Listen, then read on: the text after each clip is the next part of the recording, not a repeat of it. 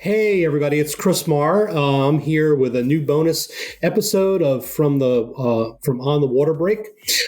This bonus is going to be focusing on the lives and stories of some of the important people in our activity, namely the photographers. Join me and some super talented people as we go on a water break behind the lens.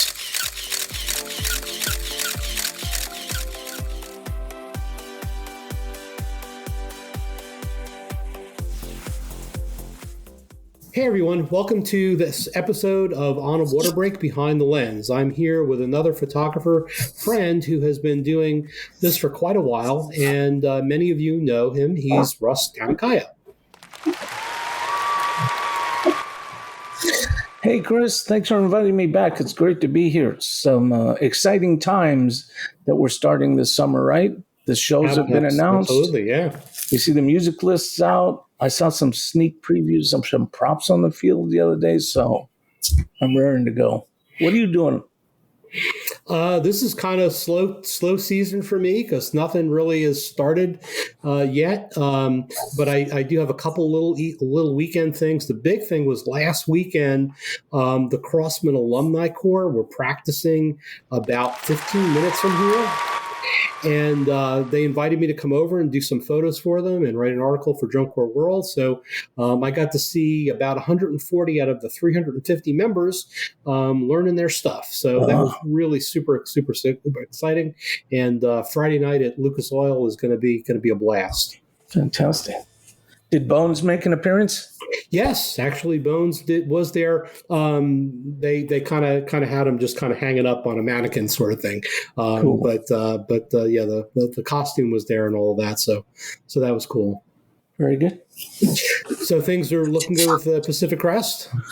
Oh yeah, they've been in moving camps for all week, and they've been practicing pretty solid for the last month on the weekends, and.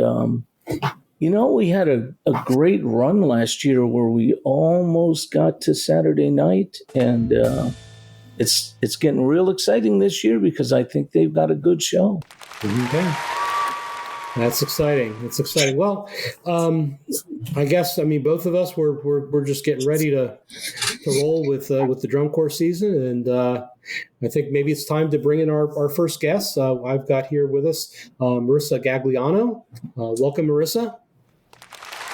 Hi, thank you so much for having me. So on this podcast, we have this tradition of doing your life story in 32 counts. And so I welcome you to tell us all about yourself in 32 counts. You'll get 8 on the metronome, and then you can start. All right, I'll do my best.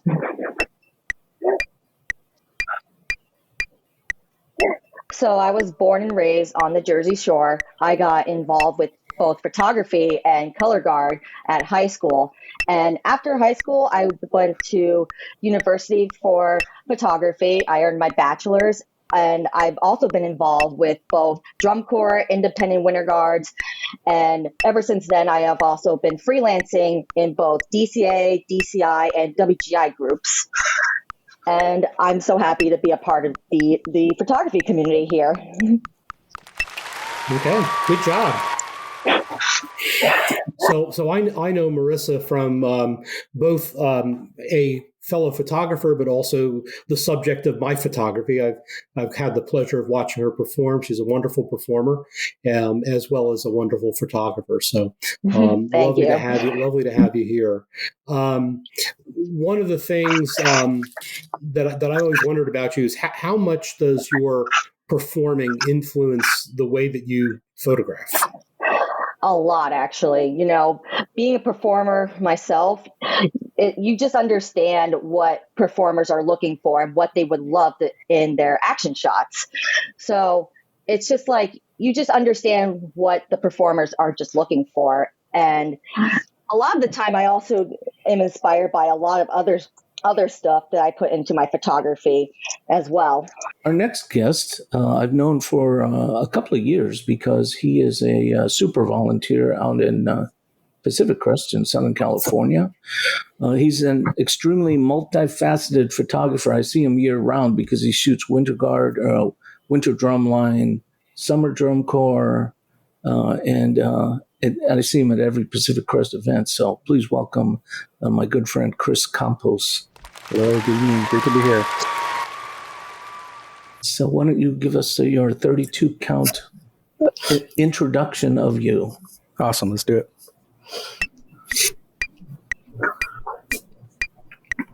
All right. Well, I'm originally from Santa Barbara, California. Came down to the Inland Empire area to go to Cal Poly Pomona, study. My background actually is in mechanical engineering. Worked in the engineering field for over 25 years and still doing it today. Did marching band in high school. I have two sons who've been in music probably since the sixth grade and now do indoor percussion, Pacific Crest, and just been really around activity, doing multiple high school media, as well as independent groups from Rocky, Powell, Pulse, and Pacific Crest now. Fantastic. Before we let Chris Campos get away from us, I think one of the most intriguing parts of his repertoire is that he is also a licensed Part 107 drone pilot. And so we've been using Chris's talents at Pacific Crest to do a lot of our opening high-impact videos because it's such an awesome genre. And it's kind of new. And I think a lot of photographers mistakenly think that if they can buy a drone, they can fly it around our performers. And that's not really true, is it, Chris? No, there's a lot of safety aspects that go into it with flight, right? Flying a drone puts you into federal airspace. Anything 1 foot off the ground is not city territory, state territory. It's federal governed air. So, when you're flying around people, flying around hospitals, facilities, airports, there's a lot to know about. And being a professional pilot, having a Part 107, there's about a quarter of what a normal airline or airplane pilot would have to learn with the airspace, weather, restrictions, codes, and how to properly fly. And it's a license just like anybody else who's a professional, whether that be a dentist, a lawyer, real estate agent, you're governed by doing the right thing. Okay, that's great. So one of the things that I think photographers probably talk about more than anything else is gear. Just curious. I'm a Sony shooter. Curious what everybody else is shooting with these days. Sony's the only way to go. I'm with Chris Maher. I think Mr. Campos is. I'm trying to convince him to get over to Sony, but last time I saw him, he's shooting Canon. Don't you shoot Canon? Yeah, definitely a full-on Canon shooter from day one. Yeah, for sure. Nikon user, but I definitely want to switch to Sony. Okay, yeah, and I've actually passed down some of my Nikon gear to Marissa. So when I was switching, so what's your normal backpack look like when you go off to to a show? What are you carrying with you?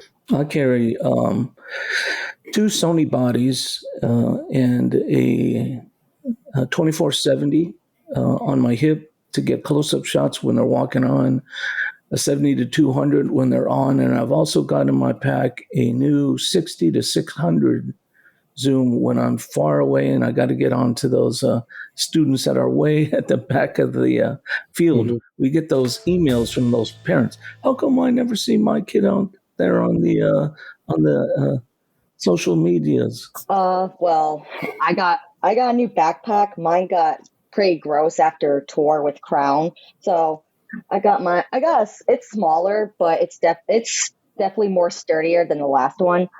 I mostly carry my zoom lens, and with the exception of a 35 millimeter camera lens, that's pretty much all I need when I go to drum corps shows. For me, I carry way too much gear because I'm usually driving trucks and can take a little bit more with me. So camera bag wise, specifically, I usually have my 85 1.2, my 300 1.2, which is kind of like a sports lens to get back there.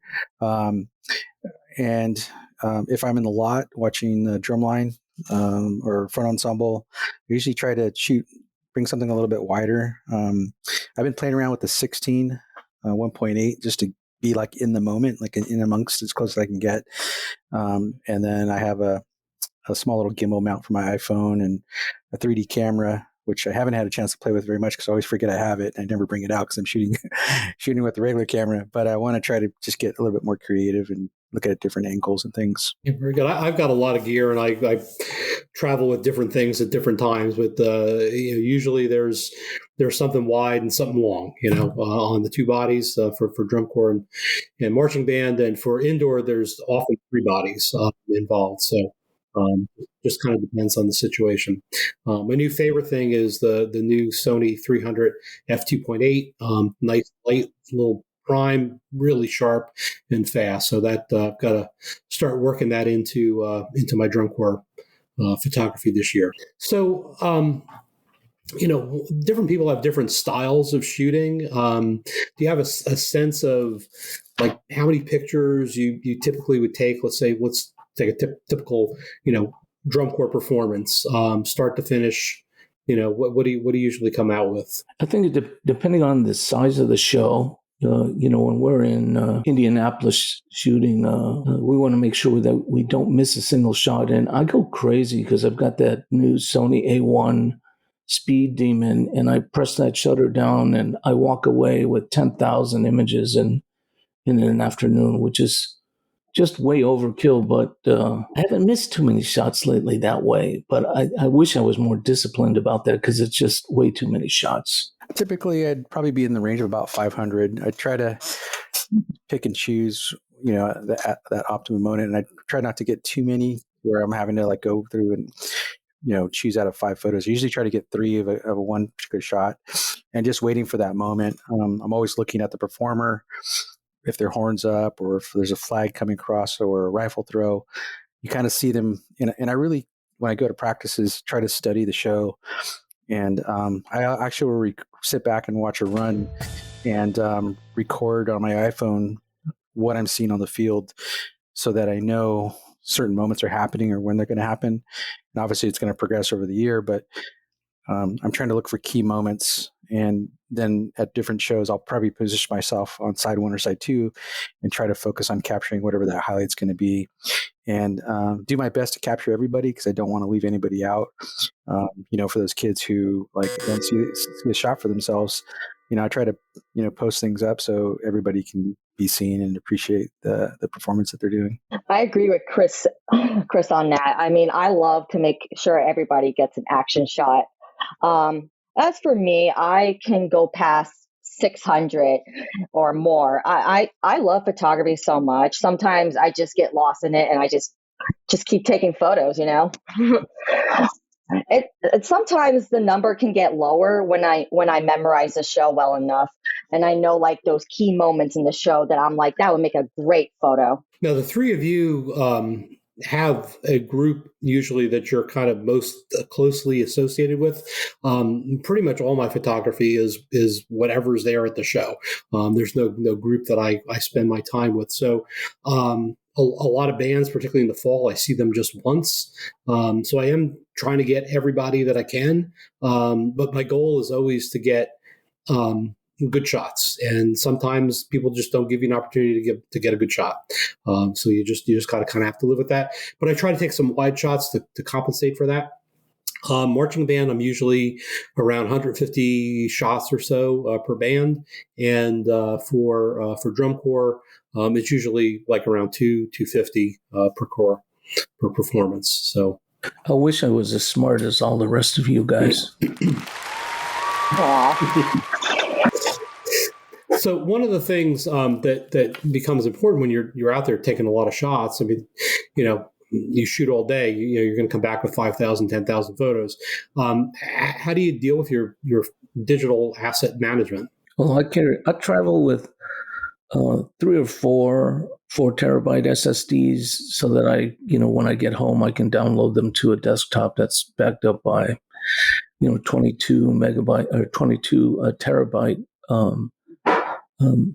large disk that I keep for the season so that I don't throw away anything too early.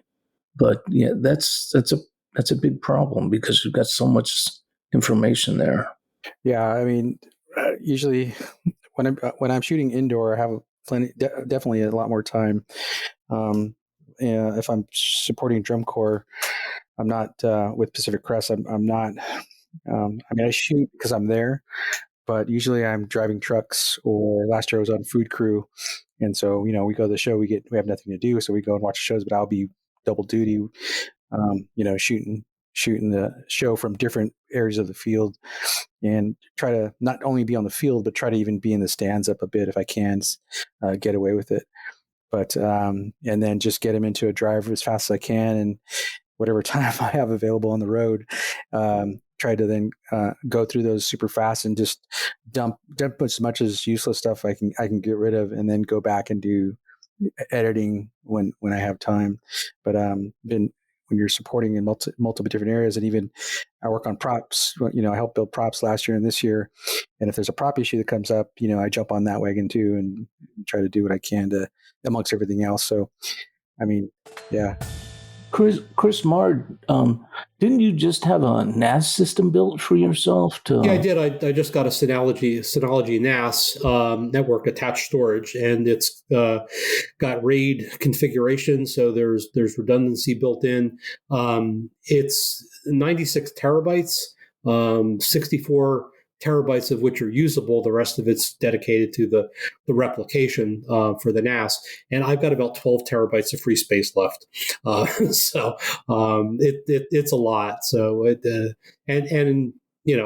definitely, I delete the stuff that's not good, that's not worth posting, but that's only like 5 to 7% of what I shoot.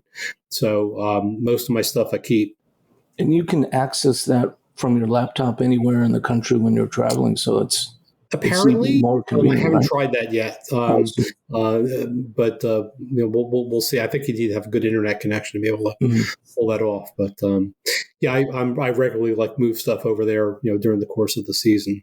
For me, Winter Guard is so much easier to go through my shots. Throughout the day, I like to go through my camera and just quickly skim through what I've taken photos of. I'll delete some I don't like. Winter Guard, it's like you have prelims and finals, so the photos just start to add up. So whatever I get, I just deal with at home. Drum corps is a lot difficult because I don't feel comfortable bringing my laptop. I didn't feel comfortable bringing my laptop with Crown either, but I had to, so I can edit on the road, obviously. The worst part, though, is when you go to schools and the Wi-Fi is horrible, and it just makes it so much harder to work, Yeah, I almost never bring my computer with me, but I did for one 4-day event that we had at the end of the indoor season, and I just kept loading cards and pulling things in, and it's a lot to try to kind of manage that and take pictures at the same time. I like to focus on one thing at a time. So yeah. It's such a headache. Mm-hmm. And then the buses have Wi-Fi, but they don't even work either. So that you just can't win. At Pacific Crest, we bought media team specific hotspots so that when our team is on the bus and they can edit through the night if they want to. People like Chris have got other jobs that they're doing, so they might be driving at the time, but we have interns that they can't stand it if they don't start editing right after they get off the field. So we put them in the bus, turn on the hotspots, and let them get all of their stuff done. Might be something to look into. Yeah, well, people want to see their photos right away. That's when they're most excited about them, is right after you took them. So yeah, you're right. So you want to feed that beast. It's always like opening a little present, right? You're just so excited. What did I get? Exactly. Okay, so we're going to send everybody out to the band room to get your uniforms and get lined up so we can get our band picks taken. We will be right back with more Behind the Lens.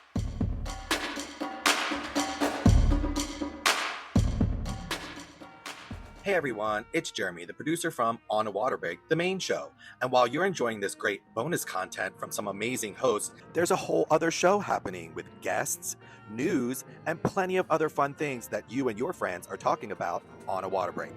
So take a moment, go subscribe so that you can get your notifications every week for the main episode of On a Water Break. If you have news or know of somebody that would be a great guest, or maybe you would be a great guest, email us at onawaterbreakpodcast@gmail.com. And don't forget to follow us on social media at onawaterbreak.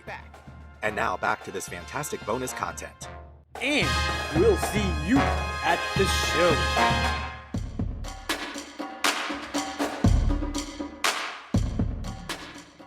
Okay, we are back on the sidelines, and we want to ask our guests to go back in their memories and dive into some of their photos that they've taken over the years. And hopefully we'll get some pretty fun stories out of it. So let's see. How about the best photo ever?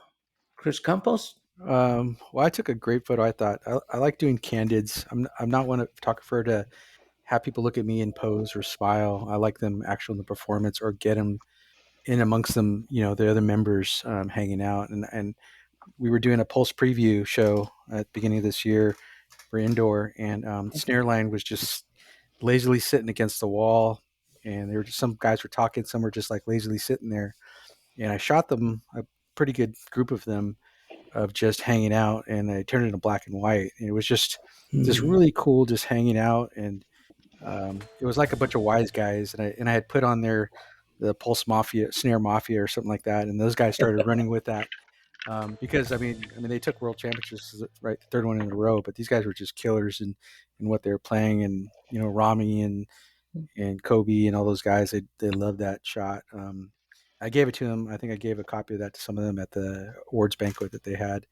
But it was I just like catching people in the moment, and that's just part of life, right? Those are just life memories. Great point. I know Marissa's got one. Oh my God. It was so hard to pick best photo because there's so many I like, and I keep the ones I like.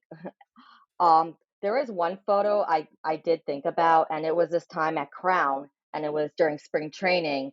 And there was this part where the whole snare line comes forward, and I was taking a photo of them, but I was laying on my stomach and my camera was on the ground, and I was just taking photos from there.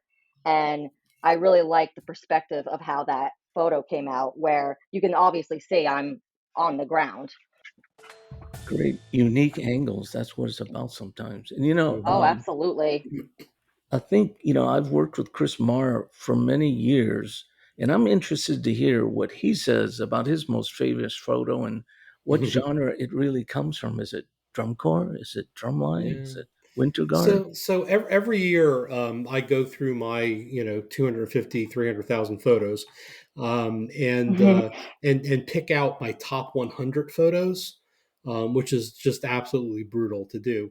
But once I get that down, then I end up with my favorite photo of the year. So every year, if you go back to my blog, back to 2013, you'll read the story of my year in photography, and my favorite photo will be at the end of that. One of my favorite photos that I've ever taken was of Southern Regional High School at championships in the rain. Three snare drummers were kind of coming from the backfield, coming at me, and they just had such attitude on their face, and the rain was just pouring down. And it was a moment that they all remember, that the parents all remember, that people bring up to me all the time with that band. And interestingly enough, a few years later, my favorite photo was also of Southern Regional High School in the rain, at a championship event. There was a regional championship event, and the show had been delayed because they thought they'd be able to get more of the show in before the rain came, but the rain came earlier, and it just really came right down upon Southern Regional. Southern Regional and the group after them, Brick Memorial, had the worst rain. And it also, by that point, had gotten dark. So the rain really was effective in the photo, which is the most important thing. So when you're shooting in the rain, you want to slow your shutter speed, so that you really elongate those raindrops. So I'm shooting slower than I normally do. So you got to worry about stabilization. At the very end of the show, this one saxophone player just kind of like stops and just points up to the sky, and the rain is falling down. And it was a really emotional moment. And I knew as soon as I took that shot, that was going to be a favorite for that year. So rain shots are some of my favorite shots. Me too. Except when except when you're in the rain. Well, yeah, what you got to go through to get those shots. And the other thing, that second shot, I ended up getting rain damage on my camera, even though I had them in pretty good rain covers. Some rain kind of got down in there, and my back button wouldn't focus anymore. Could only focus with the shutter. So I had to send it off for an $800 repair. Oh gosh. But it was worth it. It was worth it because I had bought the warranty, so the camera store paid the $800, and I got the photo. How about you, Russ? What's a favorite photo for you? I think my favorite photo from last year was actually inspired by Chris Campos. He takes such awesome pictures because he's so selective, we know. And last year he shot a scene at Pacific Crest. It was called Jenna's Hurricane. It was about a 3 or 4 second scene where the guard is just swirling on the field like a hurricane. And I had seen a shot that he had taken. I thought, man, I really want to take a shot like that. And the guard members are just hyping with their faces, with their bodies. The flags and the rifles are going everywhere. And Jenna was sitting on top of a young man's shoulders who also is hyping. And there was 10 or 12 faces in the photo with everybody just bringing the emotion. And it was, that was my best shot, or my favorite shot last year. It was a good moment in that show. Yeah. Sure. I remember you telling me about that and how much you were trying to get that shot. So it's always good when that happens. So what about like a weird photo or a funny photo or bad photo or something like that? Anybody have any stories about the less successful situations? I have the scariest photo. I think it was of the ceiling of Lucas Oil Field because Chris Maher, you remember in the olden days, we could actually almost go to the sidelines on Lucas Oil Field. We had less restrictions there. And I had never seen the Phantom Regiment show. It was that year that they played The Swan. Remember that? And I was standing on the field and I heard whoosh. And when I looked up, a flag had just been swooshed around my head. The girl had come off the field. She was standing maybe 5-6 paces off the field where I was standing, and still in her routine, swung it, and I could feel the wind on the side of my face. And when I snapped a picture, of course, my camera wasn't aimed anywhere close to the field. It was straight up. Well, that's one of the reasons why we're a little further back now, right? That's exactly the safety zone. So yeah, I always feel like there's a contract between the photographers and the designers to like make sure they don't cross that line. And some situations those frontline, particularly like exhibition things or college bands. I do a collegiate festival, and you just never know what's going to happen, where they're going to go, when they're just going to rush the stand. So I know like where safe places are to stand, like right near the speaker, because they have to go around that. Or go hide like in front of the pit.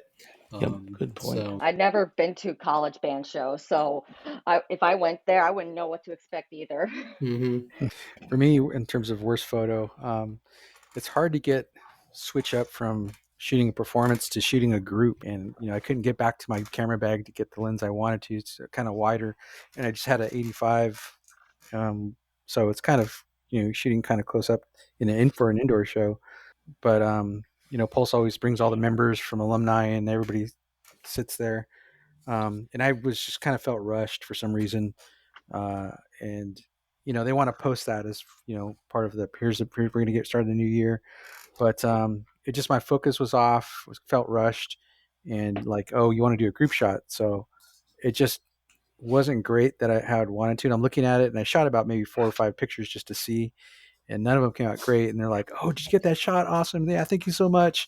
It's like, yeah, I got it. But, I didn't have the right f-stop, but my lighting changed and just felt rushed. Where like, I got it for you, but I'm not sure how happy you're going to be with it.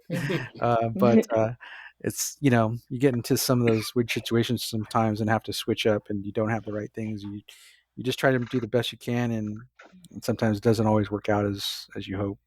I agree with Chris C. Group shots always make me nervous because it's so hectic to get everybody together and to make sure everybody's there. The worst was the time I had to take a group shot of the brass at Crown, and somebody was not in the photo, and They asked me, "Can you Photoshop them in?" And I was like, "Yup." No one knows that they were Photoshopped, and I'm not going to even say who. So, Wow. but yeah, that's always hectic to Yeah. do group shots. Because lighting's And I just, bad. And yeah. it's never just right. Or somebody's like out of 5 shots, somebody's turning, looking the other way, or somebody's talking. You're like, come on. It's like, They're blinking. yeah, it's never good. Makes me nervous. Not my favorite thing either. So I think we probably all have group shot photos we could complain about. Well, I remember one of the funniest things that I thought that happened to me was I was at MetLife Stadium and doing awards photos, and they did this outside the main arena where they had this little stage, and behind it they had this computer graphic, and it turned out my eye autofocus grabbed the eye from the picture that was being displayed. So of course my photo was out of focus, but I didn't realize it right away, so I couldn't take the shot. So that was I learned that when I shoot there, turn the eye autofocus off and just aim for a body and just go with that. But it was like, what are you doing? Yeah. And I have had that happen. Have you ever had that happen with like any other like props or things like that the camera thinks, oh, that's the really important thing, let me go grab that? All the time. Mm-hmm. All the time. It could be funny. I mean, yeah, if you get reflections in a window or a mirror, that'll do that too, right? Because if you have a good reflection, think that's the person. Mm-hmm. And it's just not. No, that's not it. Mm-hmm. Or somebody's arm or leg. Yeah. So where are places that you really like to shoot? What are your kind of favorite locations? I like the big professional football stadiums that have the best lighting. I love shooting there because you can get your best work done there. Some of the challenges of these smaller high school stadiums, I think they're trying to save money on the lighting or something like that. And you're shooting at the limits of your camera, and the photos just aren't as good as they are in places like Lucas or Mercedes-Benz or San Antonio, stuff like that. Mm-hmm. Yeah, definitely. You got some good lighting spread around. Yeah, high school stadiums, they're tough. They're not meant for good photography. It's meant just to see a football game. Indoor as well. Indoors bad because again, it's not great lighting and it's just not intended for good all around spatial lighting. But I tend to, for drum corps, I know we kind of go on early in the evening, so that twilight or even that golden hour sometimes we get just right, and you can catch the skies just perfectly for setting in the background. And so I kind of favor that early, maybe 7 o'clock hour of showtime that we normally sit in, and kind of give you some pretty awesome lighting effects. Okay, before we let you go, we do a segment on the water break called "What Are We Doing," where you get to talk about anything that may be bugging you or you think you'd like to see better in the marching arts. So, Russ, why don't we kick it off with you? What are we doing? I think my biggest observation at this point is that, the photographers, we all want the same thing. We want to show these incredible people doing incredible things. But what are we doing? We don't even know what part of the field they might be on, especially at the beginning of the season. I wish that designers or the creatives would share that information, just like they prep the DCI judges ahead of the season on what the show's about, things to look for, where the moments are, so that their judges are zeroed in on all this incredible talent. And then I find myself standing on side 2 when all this stuff's happening on side 1. And I think, what are you doing? Okay. Chris, how about you? Yeah, I kind of something along with lines with Russ is saying too. We kind of get, and the art can be very abstract, right? And trying to understand shows, and I probably don't get the show until mid-season, and I finally figure out, what is the background. I would like to have in a show program kind of give that to us, right? Because then we can kind of interpret what those objects are, what the shape is, what the color scheme they're using, and it makes sense. Some are easily readable, some aren't. But if you could give that from everything they take in the design aspect of pre-show to make it, and so the average person can interpret it, it would help just bring a lot more appreciation for what they're presenting. And then for us photographers to be able to like see those elements quite vividly and then capture those specific items, so we can present that show even better. I'm on the same page with Russ and Chris.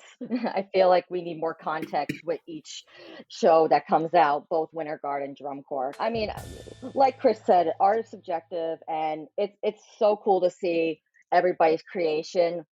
But sometimes, we're not all on the same page. So sometimes I don't understand what I'm looking at, and that's fine. But I would like to know. I would like to get into the inside of the artist. Yeah, that makes sense. I think at this point I've kind of given up trying to understand shows, and what I do, my whole thing is to try to center myself and feel where energy is coming from, and basically who's saying I'm ready for a photo now, and try to listen to the performers deep inside myself. And so what I always want from a show is a show where the designer brings everything to me. And you see this a lot, in indoor, where you have shows where you can pretty much count everybody's going to move around enough that you're going to see everybody, and then you have shows where the only time you see certain people is when they're in the back in the flag ensemble. It's like bring everybody to me. That's probably my biggest thing, is like, make it, give everybody the opportunity to shine, and have them, give forth that energy that's going to draw my camera lens to. Because I can't keep track of. People can tell me, oh, like in the beginning of the second number over on side 2, there's going to be this thing. I will forget that as soon as you finish telling me. Sometimes parents will tell me, like, something like, oh, my kid, whatever. I was like, here's what you need to do. You need to tell me right before they go on, because I've already forgotten what band you're talking about right now. Like, I can't hold on to that information. There are too many things that are happening today, too many bands, and I don't know any of the kids.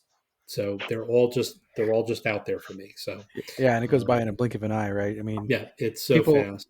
People even ask me with my music background, what do you think of the show? And I'm like, well, I think I hear some elements here and there, but I'm always focused on my frame and what I'm shooting and waiting for that rifle to be thrown, or the sticks from the battery to be in a certain position. I'm so focused on my frame and what I'm trying to capture and tell a story with that image, that I'm not listening to music whatsoever. It's just focused solely on, that moment. And I'll hear things, and I can kind of give a little bit of interpretation. Maybe I heard, maybe battery off time a little bit or something, but it's usually not the good things you want to hear coming from me after a show, because it's totally about the frame and getting the shot. It's not about like hearing or, how many drops, or, this person had or that person or something. It's just all about the frame for me at that point.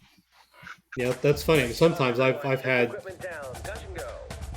Oh, weird. Okay. Okay. To some gush and goes. We'll start with Chris Maher. Okay, so one of the things that I just absolutely love about the activity, is the way that it empowers the performers.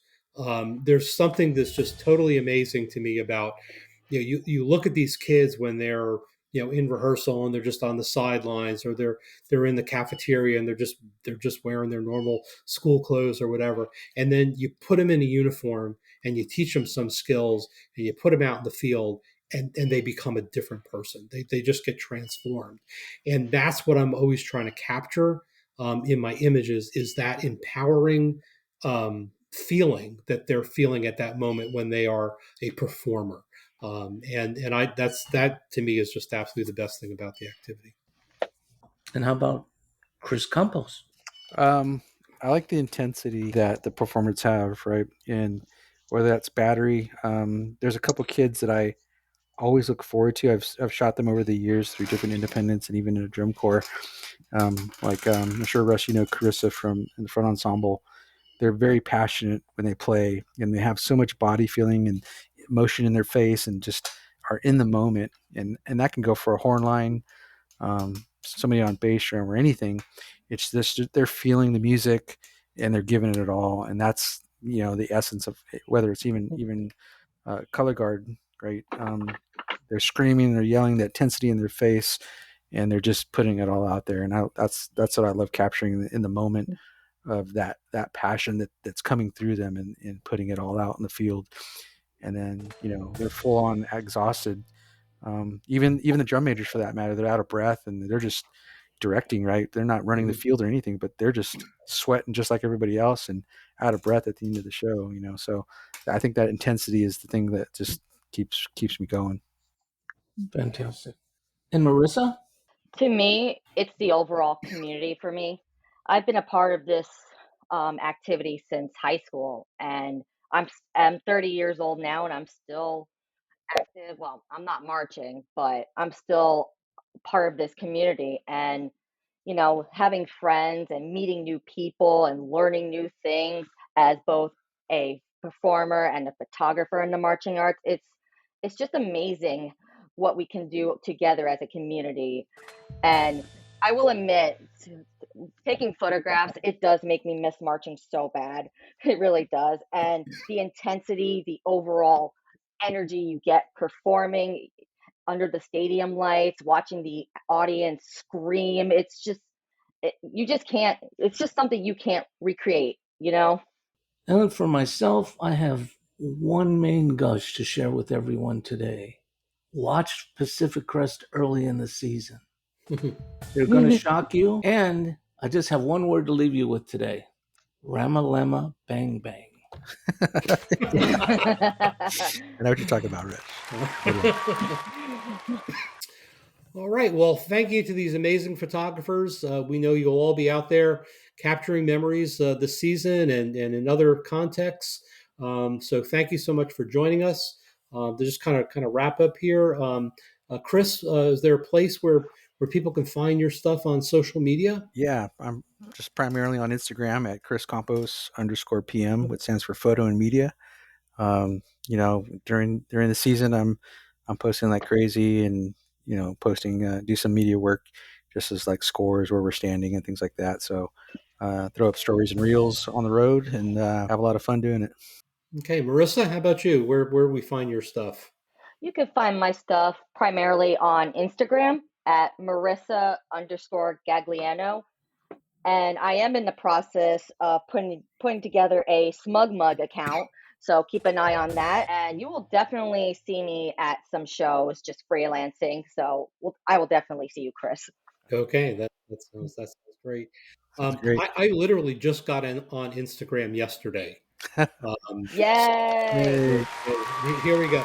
So for those of you who've been around the activity and me for a while, you know that Core Reps is my brand. So my username, I think you find me with @Core Reps. That's how you'll look for me. So, and Russ, where do people find your stuff?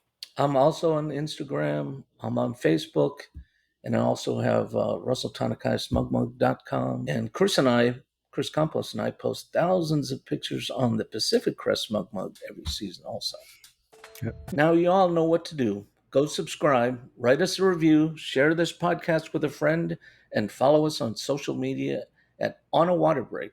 Don't forget to check out our YouTube for full-length video editions of some of our podcasts, and we'll see you at the next performance on a Water Break, Behind the Lens. The On a Water Break podcast was produced by Jeremy Williams and Christine Reed. The intro and outro music was produced by Josh Lyda. To learn more, visit lydamusic.com. And until next time, thanks for tuning in.